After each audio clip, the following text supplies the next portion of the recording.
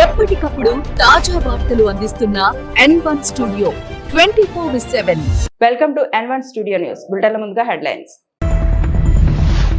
Anantapuram urban MLA Daggupati Prasad దౌర్జన్యాలు బెదిరింపులకు వ్యతిరేకంగా సిపిఐ నగర కమిటీ ఆధ్వర్యంలో ర్యాలీ నిర్వహించి జిల్లా ఎస్పీకి వినతి పత్రం అందజేశారు.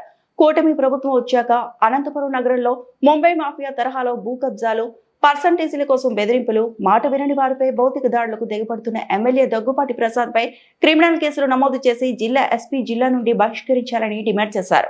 అనంతపురం నగరంలో అంబేద్కర్ విగ్రహం నుండి జిల్లా ఎస్పీ కార్యాలయం వరకు సిపిఐ నగర్ కమిటీ ఆధ్వర్యంలో పెద్ద ఎత్తున ర్యాలీ నిర్వహించారు. ఎమ్మెల్యే దగ్గుపాటి దౌర్జన్యాలకు వ్యతిరేకంగా పెద్ద ఎత్తున నినాదాలు చేస్తూ ఎమ్మెల్యేపై క్రిమినల్ కేసు నమోదు చేయడమే కాకుండా పార్టీ అధిష్టానం చంద్రబాబు నాయుడు పార్టీ నుంచి సస్పెండ్ చేయాలని డిమాండ్ చేశారు. అనంతపురం నగరంలో ఎమ్మెల్యే బెదిరింపుల కారణంగా నష్టపోయిన బాధితులతో కలిసి జిల్లా ఎస్పీని కలిసి వినతి పత్రం అందజేశారు. ఈరోజు అనంతపురం నగరంలో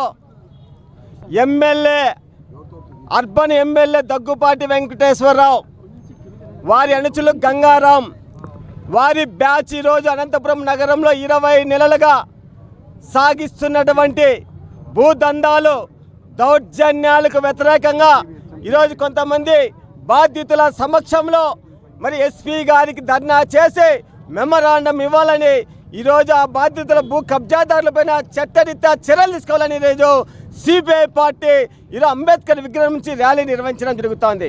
మరి గతం ఎక్కడా లేని విధంగా ఈ రాష్ట్రంలో 20 నెలల కాలంలో మరి ఈ జిల్లాలో, ఉమ్మడి జిల్లాలో దాదాపు 14 సీట్లుంటే 14 సీట్లు తెలుగుదేశం వచ్చాయి.